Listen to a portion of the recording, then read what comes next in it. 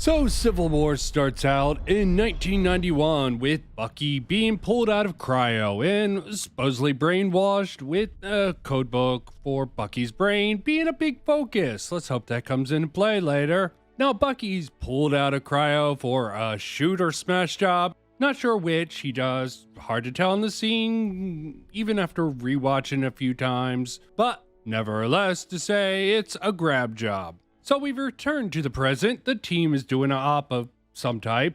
There's a hint of what it is in the newspaper. Overall, the group, Cap, Falcon, Wanda, and Black Widow, comes into the scene quickly, displaying their personalities in rather impressive ways. Given how brief it is, I would ask why Cap sort of redirects Falcon to tag the garbage truck, but it is kind of obvious. Camera pans to the Institute for Infectious Disease, and the garbage truck hits the entrance of it with a big splash. My only question here is really just why does none of the soldiers guarding the building seem to put up almost any resistance against the invading forces? I guess the Institute for Infectious Disease is where the government thinks of stationing some of the worst soldiers to guard. Still seems like a mistake to me. Yeah, they have the entrance, but still, it seems like the bad guys get into the premises rather easily with almost no resistance. Well, thankfully, Cap is quickly on the scene with good old Falcon. Overall, the scene is done rather well. Not seeing much of a problem in the believability of the fight. Well, besides the one soldier climbing to the top of the roof. Like, what was he thinking? A better angle to hit Cap at? Did he really think it was worth wasting all the time slowly getting to the roof? Or was it set up that way for a cool kick from Cap? Besides that, they all seem rather slow to fire. Well, besides the one who's shooting at the one unarmed woman, Wanda. To his credit, I guess she seems more threatening with her entrance and those strange lights surrounding her fist. Power of feminism, I guess, or something like that. And the dude got all butthurt about it and just fired without even thinking about it. Yet the dude who flew out of the sky, Falcon, and knocked two people to the ground sort of had the slow response. But to be fair, it might be surprising to just see a black man on the roof with you when he wasn't there before. Jokes aside, and that one dumb guy who went to the roof, this is an overall good scene displaying excellent teamwork. That is until Black Widow comes into scene to solo the big bad with his motley crew. Seriously, what are the soldiers doing here in the background of that fight? And what the hell is Crossbones doing up there? Yeah, I understand you want to establish the guy as a bad guy, but throwing her into the back of your own truck with somehow two soldiers seemingly unaware of the fight going on outside and dropping a grenade with all three of them, not to mention Crossbone comes out of nowhere in the beginning of the fight. If he was there, why didn't he just shoot at her while she was fighting with the goons? Because as I said, we see later, he does not care about the lives of his soldiers. So why didn't he do that instead of just coming out of nowhere, grabbing her, getting into a brief fight before she tries to electrocute him? It uses that cheesy line, I don't work like that no more. Now I could criticize the 3 shots from the grenade launcher that Crossbone fires at Cap, but it comes off believable enough. I can't quite sure what seems weird about this, besides Cap running along with the blast, like, dude, duck and cover, but you're Captain America. The escape scene with the ATV seems believable enough in a cold, calculated way. So they get out, and Cap and the gang are running after them. Not quite sure how Falcon can tag the 4 soldiers fleeing the scene, despite them ditching their gear, but I'll give it a pass since I am nice like that. They run off, and comes in Cap. Now, I'll have to assume the bomb placed by Crossbones on Cap's shield is magnetic. Otherwise, why put it on the shield? I'm not even going to get into the question of whether or not magnets can stick to Captain America's shield or not, given Magneto cannot manipulate vibranium. That would be pure vibranium. I don't want to do the stupid research to see. Still, I have to assume the bomb is magnetic because otherwise it would be stupid to not throw it at his back instead of his shield. Also, maybe Crossbones wants to beat Captain America with his fist. Or rather, the fist-like devices that he uses. Don't know if that is consistent with his character, but I'll give the movie a benefit of the doubt and say that might be the case here.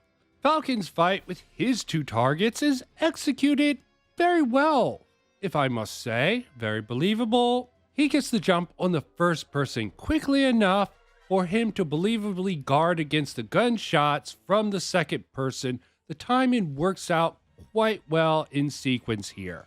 Now, while not as bad as the first outrageous scene with Black Widow's OP-ness despite her having no powers, this time she spends a shit ton of time beating up on that first guy. And just the timing and entrance of the second attacker raises many questions and red flags in my mind.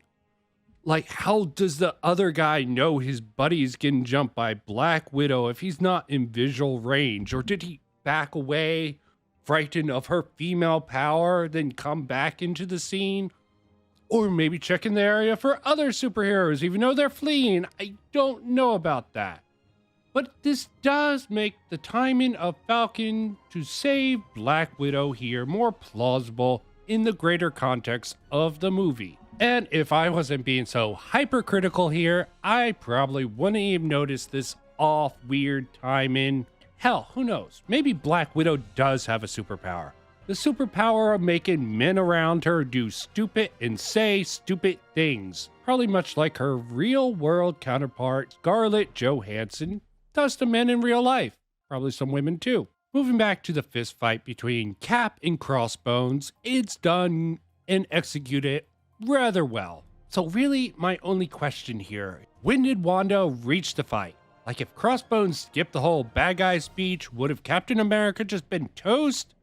Or did Wanda get there, just waited there off screen at some point, and didn't take action until Crossbone attempted to blow them both up, probably along with the surrounding area?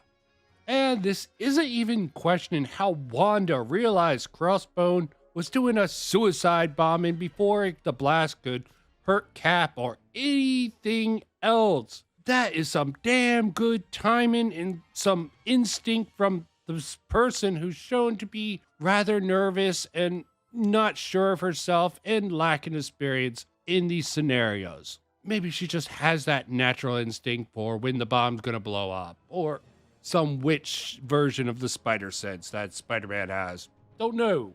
So after this is where the movie starts getting into, the emotional section. Between the horror on Wanda's face as the blast she had to redirect takes a chunk out of a nearby building, then they move on to Tony's whole walk down memory lane.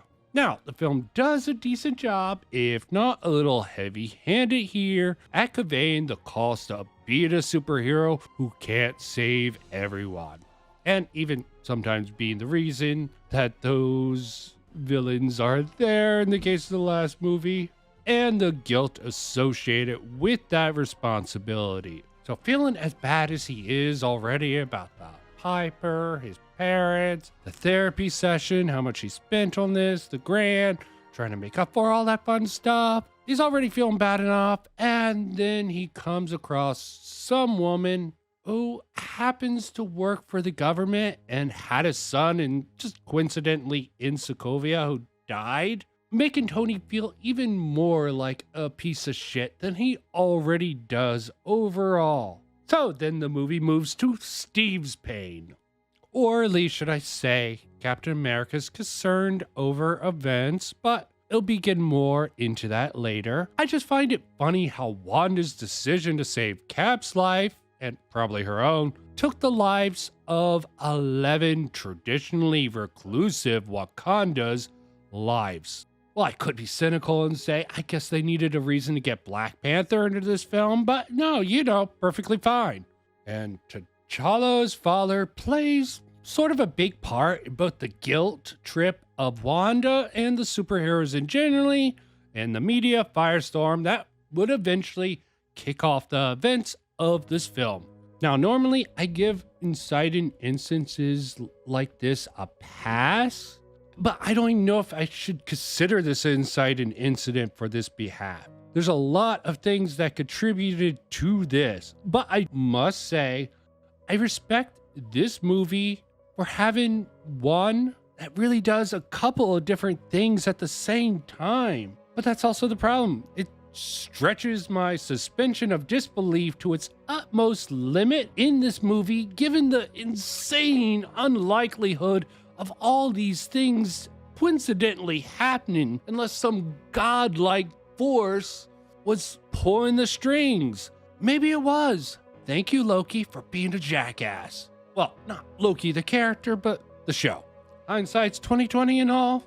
And really, even if it does justify the context for the primary premise of the movie, the guilt trip that the movie plays on both the characters and audience is just overbearing and unjustified in my opinion. Now, I do understand with the media spin and how most governments hold on to the power like they do, why such a thing as the Sokovia Accords would be created and passed. But still, dude, what's up with this guilt trip? Why not just explain it to them logically like you are? This guy's a jackass. Don't like this character. I don't like him even more as events pass, and I assume he's part of the bad guys. Please, someone tell me, do they sort of retcon that this guy is not as stupid as he seems, not as jackass, he's really a villain? No? Maybe? I don't know. Okay, moving on, we switch to some guy tracking down the code book to Bucky's head. Somehow, thanks to Black Widow, releasing the Hydra files, which I must say is not exactly a smart thing for her to do. I don't know the justifications for it, and I don't care. Well, let's just assume that happened, and let's also assume that the ex-Hydra agent here has gone so soft, so stupid that he could be found using the leaked encrypted documents, which would also make him incredibly weak as a character, even more so than he already comes off in this very small section. Just hurts my head. They show the gun, show the guy at the door. It seems really stupid to open the door, but he does anyways. It does not seem like someone who's careful. The movie makes you pay attention that he's an idiot. That's my problem with this scene here. You show the gun.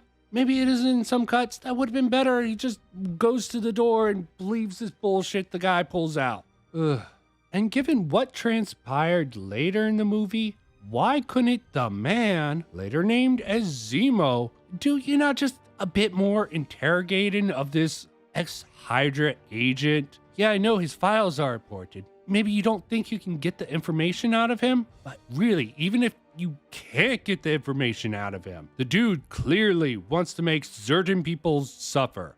But even if you really couldn't get the information out of this ex-Hydra agent or colonel, Zemo sort of clearly wants to make certain people suffer and pay for what they did. Spoilers now. Probably going to be one big spoiler if you have not watched this movie. So critique, not a review. Still, it definitely would have fit with Zemo's characters and his goal to actually, interrogate, make him suffer more, not just take him out by drowning. But maybe Zemo didn't think he had time, given all the other crazy bullshit he had to set up for the rest of his plan to be pulled off. Oversight is not an idea that can be dismissed out of hand. Boom. Really, Rhodey?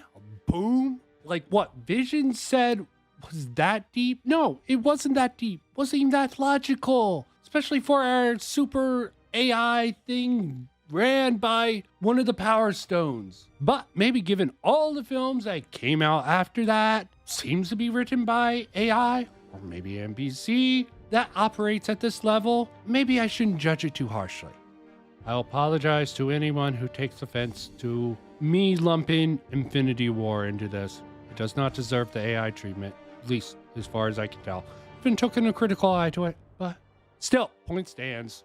Also, Tony's fucking lecture here is straight ass. Oh, that's Charles Spencer, by the way. Had a floor-level gig, an intel plan for the fall. But first, he wanted to put a few miles on his soul. Go to Vegas or Fort Lauderdale, which is what I would do. He didn't go to Paris or Amsterdam. He decided to spend his summer building sustainable housing for the poor, guess where? Sokovia. Mother, work for the government. Still trying to pull at the fucking heartstrings. Some more I see.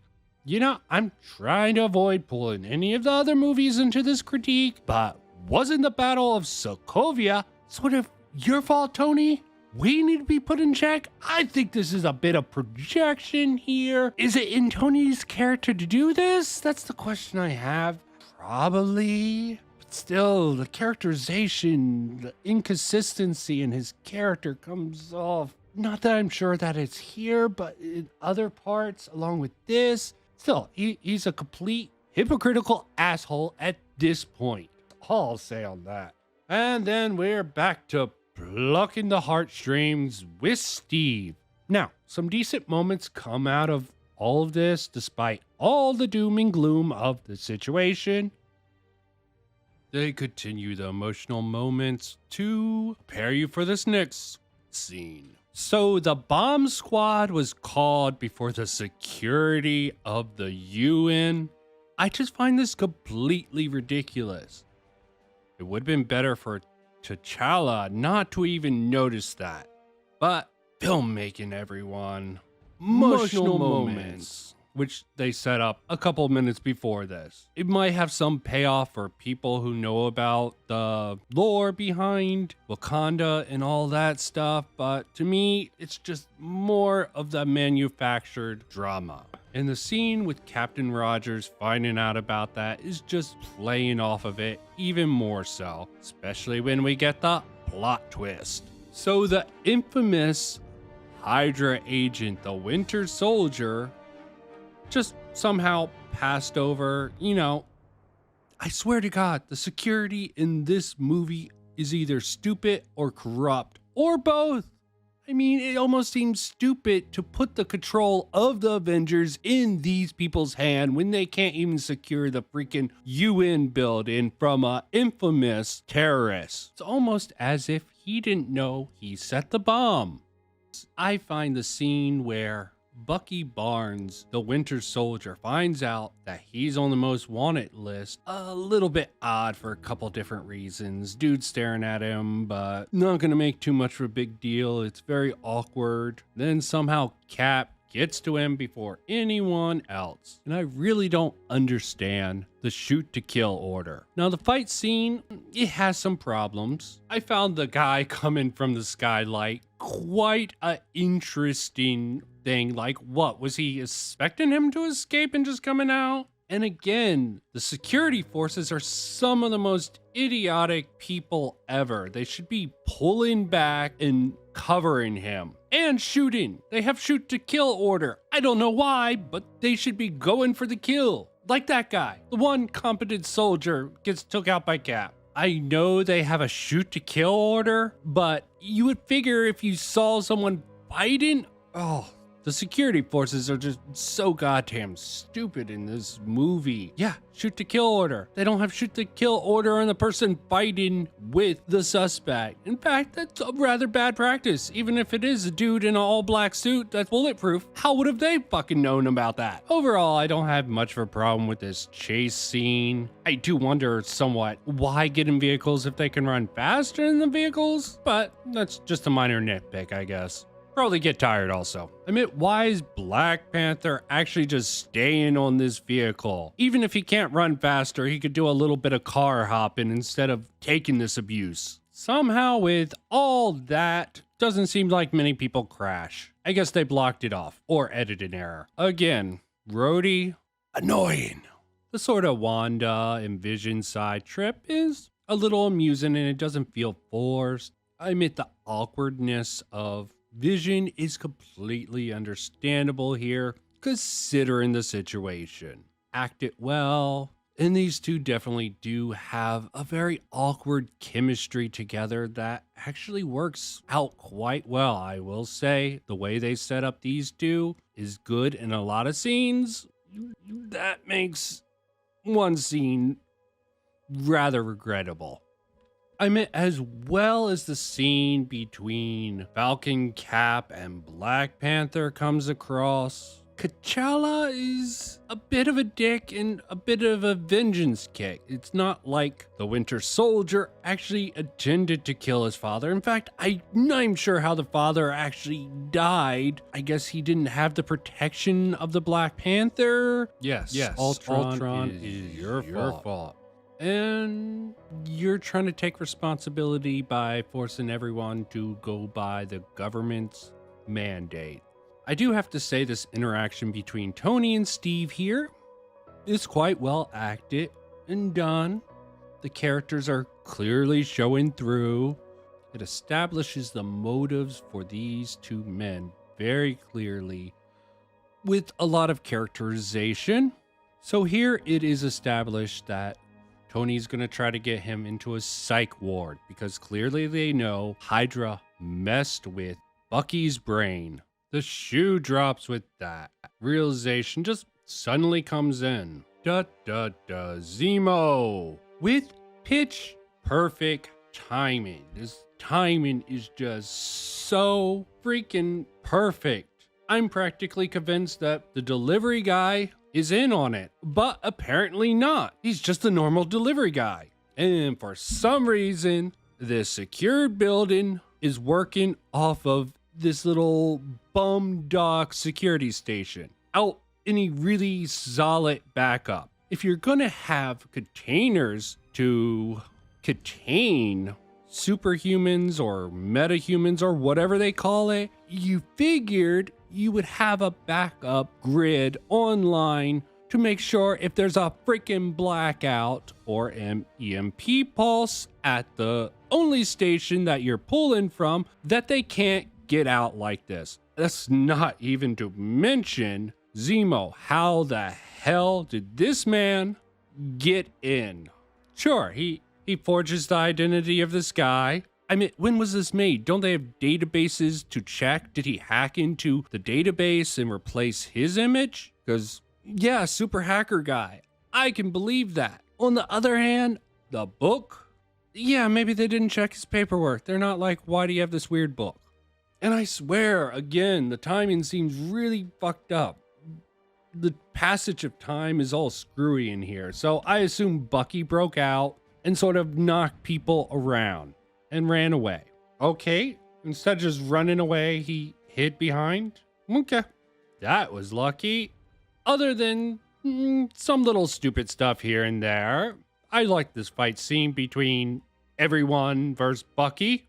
Bucky pulls a Michael Myers, disappearing. And I have to reiterate, worst security in the world. People are just running out.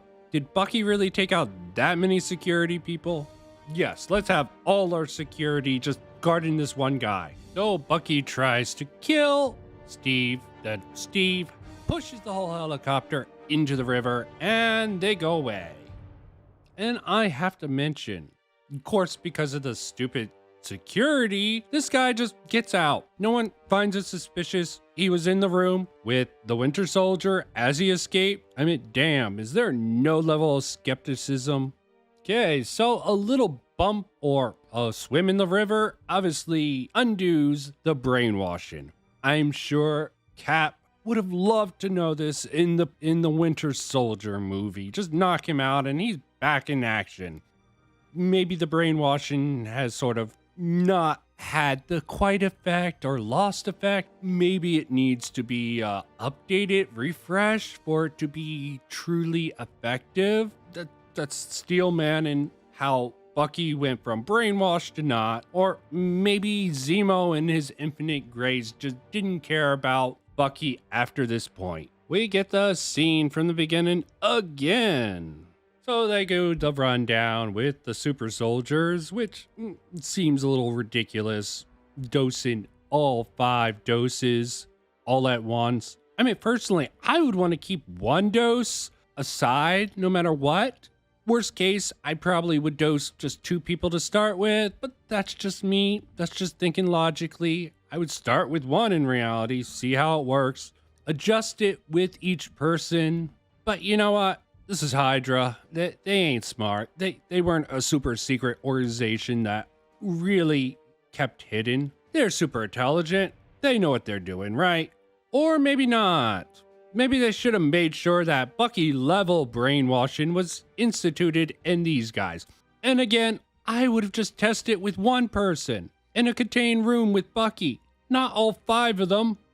Why did they want to eliminate Bucky? For Christ's sakes, there's so much they could have learned. This is why I say they're either stupid or incompetent or corrupt, because this lack of actually thoughtful process is apparent throughout the entire security force, especially in this doofus's, whatever this CIA director or whatever freaking rank he has in the UN that's equivalent of some director. Why aren't they looking for accomplices? Obviously, they should know that the station, which they stupidly relied on most of their power for, was EMP'd. Obviously, either Bucky has accomplices, Cap has accomplices. Why is no one asking any of these questions? Why is it only at the very last moment, just like with T'Challa, seeing the bomb squad and reacting quickly, letting the stupid Zemo guy impersonate a psychologist? Yeah, they did set it up to where it would be understandable that they would bring in a psychologist, but how did Zemo know he would be the first person? The timing just works out way too nicely. And that's not even getting into how convoluted the freaking Zemo's plan is overall. I don't even want to get into the problems with Tony visiting Peter. This is just seems like such an act of desperation just to get Spider-Man in this movie, but it could be my misconception. Maybe Tony didn't contact Peter. Maybe he didn't set up things and just like, oh, we need extra bodies for some fucking reason because we're going to be facing off against Cap and a whole whoever else wants to join him. It's like Tony knows the future. He knows he needs a team to combat against the team Steve is assembling. Avengers assemble, counter Avengers, Tony Stark, blah, blah, blah. I mean, it's nice for characterization. It seems a little weird for Tony. They do keep up this sort of dynamic for the next movie, which is nice and that's established, but it seems really forced and out of character for this sort of introduction. I mean, don't get me wrong. The interaction between Tony and Peter is simply marvelous, worked out well with sort of natural humor. It just seems a little odd to me, but not as odd as the next section but not as awkward as the next scene where they get Wanda to Cap's team. You know, I used to watch Smallville, and this sort of Tony Spider-Man thing gives me that sort of flavor. It's not bad. It's before Smallville. Well, this is much better than Smallville because WB, even in the beginning, they weren't the greatest. The dynamic is good. It just seems a little awkward, and I don't even know why he's going to Spider-Man for this. As I said before, it's like Tony knows this showdown's gonna come down. And then he's just gonna throw this kid he's never met before and tries to act all chummy whip for some reason. Maybe they're trying to establish the sort of loosely thread fatherhood thing that he feels about, which gets brought up later, but it's very awkwardly worked into this movie. I mean, yeah, it's perfectly in Wanda's character to be hesitant, and they really built up to it with some stupid bullshit, in my opinion. But that's not where my problem is. It's her sudden change in perspective. Yes, she feels she's dangerous, and it takes Clint being beat by Vision for her to realize her true potential and get over all of that. It's just way too quick. I mean, is she bipolar?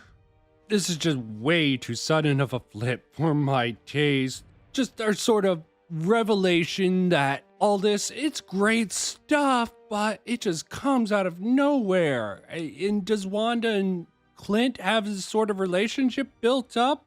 We're supposed it's off screen in our head to make this believable. And really, where did this kiss come from? Yeah, I get it. There's a lot of this romantic tension in this movie. Maybe they established this relationship in other movies.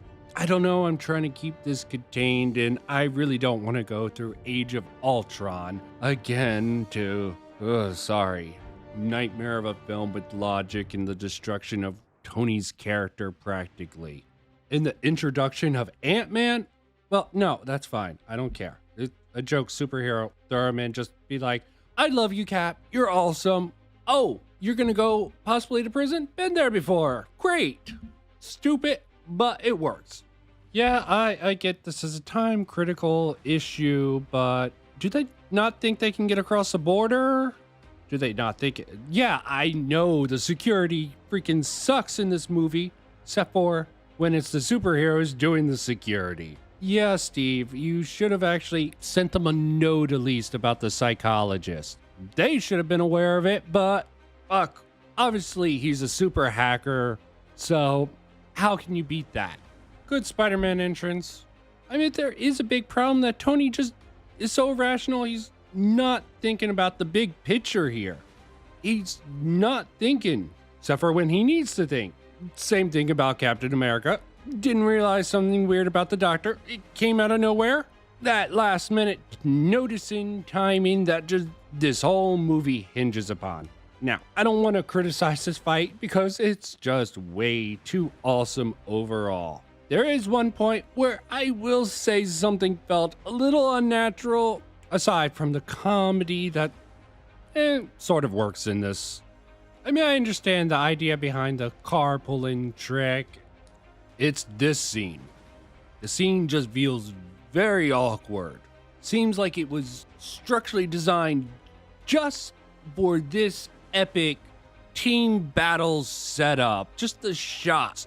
I really want to criticize it, but it's sort of cool. So, that's that. I will say there is a little bit of weirdness throughout the interactions in this fight, but it's nice for characterization, and Wanda's doing a lot of heavy lifting here, which take it as you want. Yeah, I really want to criticize this for a lot of this stuff, but I just can't bring myself to do it. It just feels like there is a lot more comedy in this than there should be. But it's awesome. Great fan service, but very unnatural. As I keep saying, great freaking timing. Impossible timing for almost everything that happens here. Not just here, in the whole movie. Here, it works. At least for the fan service quality. Okay, 2 questions. Where did Vision go? And why is Black Panther in a vibranium suit getting electrocuted? I know my understanding of the fictional material vibranium, but if it can take almost anything, is it conductive? Seems like sort of a oversight that you wouldn't have a insulation. Oh, my suit is completely impenetrable, except for electricity. Doesn't kill me, but it will stun me. Or is it some super electricity that's super conductive even against vibranium? Let's just go with that. That's why Black Widow has electric that can affect someone in a vibranium suit. She has been stunning him for ages. Oh, that's why Vision didn't actually follow them. He was so concerned. Still, the timing is impossible. If he was concerned, why didn't he not go to her sooner? Or go help Black Panther stop? Sorry, the timing of this movie is just really, really annoying. Again, another coincidence that led to a timely escape. I don't even know. Well, I'm sure War Machine and Tony could have found a way to take down that ship that Bucky and Cap is on, but the convoluted nature just keeps adding up in this. So many times, if this doesn't happen and this doesn't happen, that just happened. That scene makes me think, did no one report this guy missing? Obviously, he killed him and took his place. Yeah, even if he was a super hacker and replaced all his records, Zemo would have had to encounter 0 people who actually knew who he was. On that part, why would the UN use a psychiatrist who they did not know about? You figured they would have someone, a retainer, and people would personally know him. So how did, even if he was a super hacker, okay, sorry, I keep forgetting. Everyone in security in this movie is completely incompetent. And again, why do we expect the Sokovia Accords, these idiot people who run these idiot security officers, to be responsible for directing the Avengers? Yes, they get a little bit destructive, but damn, they get the job done. Except for when there's infighting, then they get the job done stupidly against each other. I don't know. I admit they do have some good moments in here that sort of justifies some of Tony's actions, and some of these moments actually almost makes it acceptable the things that happened in this movie, like this flip. Tony should be pissed about Rhodey getting injured. He should be inconsolable and even more angry, but obviously Tony's emotions work backwards, as we're about to see. So the shoe drops. He framed Bucky. This is the guy who blew up the UN building to frame Bucky, to find him, to find this location with the Winter Soldiers. So finally, Tony's got it. Okay. Still probably has some underlying anger issues. I wonder if he started drinking again. You know, they made Tony into a drunk. Something I was against at first, but it really worked with the actor playing the character of Tony Stark, Robert Downey Jr. So then we get the doctor. He's found the Winter Soldiers. Will he be able to control them? What will he use them for? Will they get to him in time? No one knows. And how the hell did he get there? Sorry, again, the timing. I guess Zemo got a head start on Cap and Bucky. This is why I'm saying this dude is incompetent or corrupt or both. How did he get his position? See, even when he realized they don't admit when they fuck up. They get defensive. With douchebag guy that I don't care to remember the name of, it sort of makes sense. It's very plot convenient also to have him so incompetent and every other security force incompetent. But Tony's incompetence comes and goes like a freaking thing like that. Oh, the gang is all here. Okay, let me not even ask how the Black Panther found Tony. Super science. How did he know he was gonna find him? I guess he had no better leads. Okay, at first I couldn't understand why these two took so much time to get there that Tony caught up with them. Obviously, they ended up just reminiscing a little bit too much despite the time frame. Because I can't figure out how this next scene will work. Did they stop at McDonald's? Is the freaking Iron Man suit faster than a freaking jet that they rode to this location on? Falcon had the location, but they weren't interrogating any of these people, trying to get this location from them. They have no interrogation. Fake out. And how did Iron Man get there so quickly? As I brought up, he sort of was way behind. They went straight there, I assume. Tony went someplace, talked with Black Widow, went to the Supermax prison in a helicopter, got out, got followed by Black Panther, and came to this location. The timing of this movie breaks the hell down, but movie magic makes it acceptable for most people. It's not even the timing that pissed me off the first time I watched this movie. I didn't even understand why I had disdain for it. I think I blocked it out. And you're about to see why I blocked it out. Because flatline. Whoa. He shot them straight through the glass. That is some sucky ass glass. So he went through all this trouble to not freaking get these soldiers. Plot twist! So we have a conveniently located camera at this assassination site. And obviously it was brought back to this Hydra base and kept in storage for what reason? To blackmail their super assassin? That's the only theory I can come up with. And forgive me if I'm wrong. I was under the understanding that Tony thought his parents died in an accident. Was that retconned, or am I misremembering it? Or is Tony misremembering it? You know, blocking out because of trauma? I mean, it's not like he was a little kid when it's happened. Do they want a little bit of that Bruce Wayne action? Martha! Well, that's a clear picture. Oh, sure. Notice the camera after you commit the evil acts. Oh, big shock. Your parents were murdered and they covered it up. Steve knew. Tony didn't. But he didn't know it was freaking Bucky who was under brainwashing. And the dude just explained he killed a whole bunch of people just for this moment. You're giving the bad guy what he wants. Your mind's so freaking warped because of this. You're willing to kill your friend to destroy the tool used by Hydra to kill your parents. And frankly, the whole freaking fact that it was his parents carrying the super serum. What sort of rich billionaire tycoon does transport with their wife unguarded? It's just so completely stupid to set up in so many ways. So the plot twist is just 1,000 threads coming together to create this cyclone of stupidity where they throw some sort of emotional arc at Tony, where a death that Tony should have dealt with before and has been dealing with suddenly gets this revelation. So he goes completely batshit revenge mode, and this makes completely no sense. This is practically assassination of Tony Stark as a character.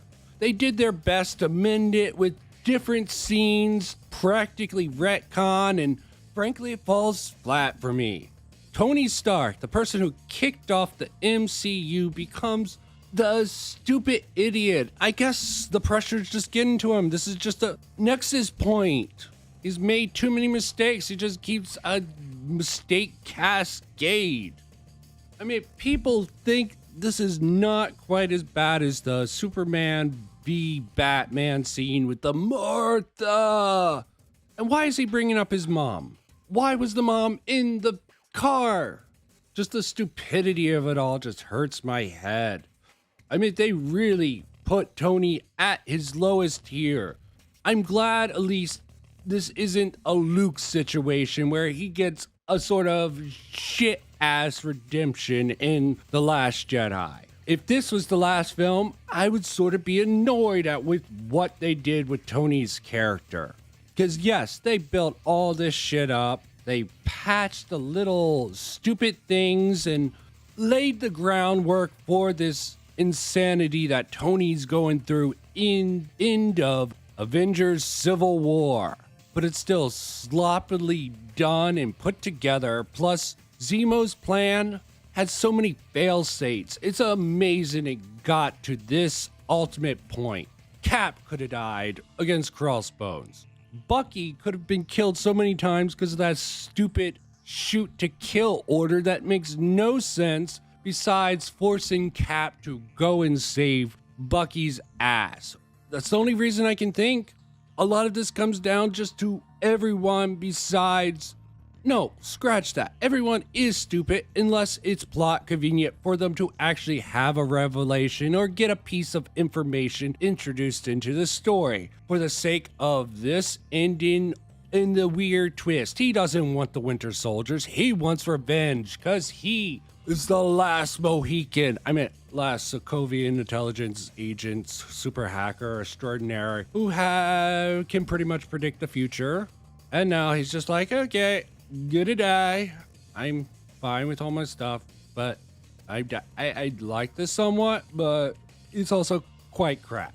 Like the scene between Black Panther and Zemo, but what's with Black Panther T'Challa's sudden change of heart. Revenge is not the answer. This is almost like Last of Two, sort of Abby sort of having that last minute realization after all the shit she went through. This is almost worse in a way. The moment is worse, but the story leading up to it is definitely not. Don't get it twisted. I'm trying to use some references that might be unfamiliar, but if you are familiar, you might be a little pissed I compared that T'Challa and Zima moment to that video game ending. It's a little harsh, but ending of this movie just hurts my head so much that that's the way it seems to me, at least. Again, I sort of like the moments that this brings on the story. The little bits of interaction between the characters, aside from some of the more cheesier forced humor and forced emotion thrown in.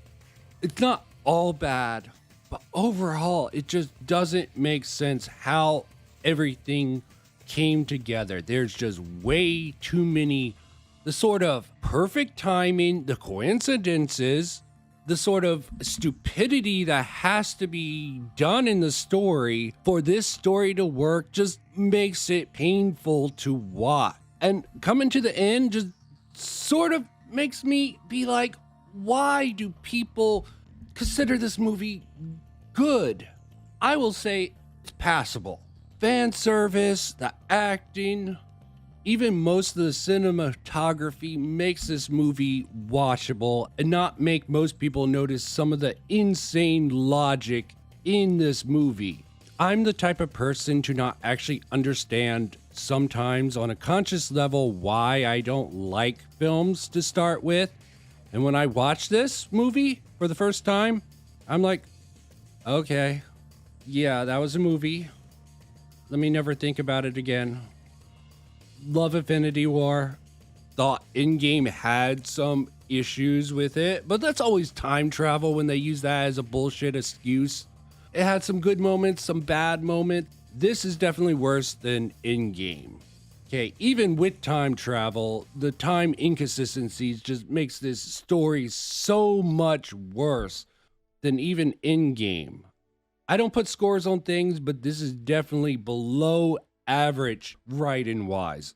Almost everything else in the film saves it, at least in my point of view. If you can ignore all the bullshit that has to go perfectly right for this ending to pull off like this, the sort of forced emotional manipulation that seems to be underlining standard Hollywood bullshit, which is just getting worse in my opinion, I definitely have to put this last moment Stan Lee, rip Stan Man Lee.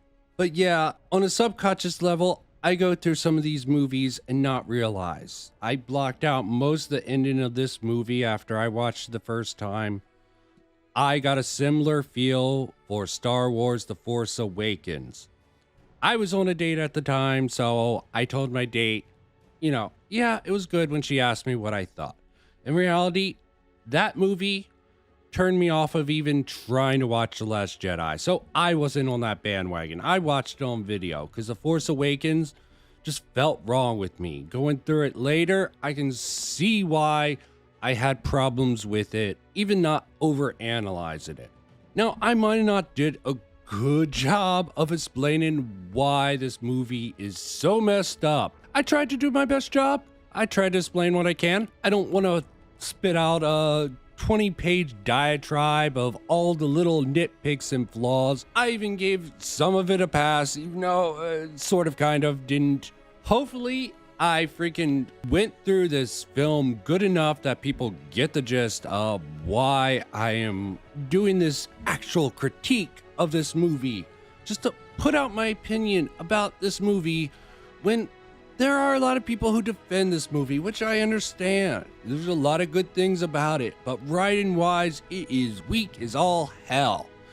But it does set up Infinity War, which I almost don't want to go through. I didn't get any bad feelings about that subconsciously, like I explained, but still, it's better just to forget about the terrible writing and just remember the character moments, which is what I did and probably why I could enjoy Infinity War to the degree I did. This scene in particular with Black Panther reminds me of all the criticism against Black Panther. I might actually try tackling that. I don't think it's a great film, but I think it gets a slightly worse rap than it deserves overall. Could be wrong, haven't gone through. I've just noticed some flaws in the criticism. But I'm done with this. Until next time, I'm done.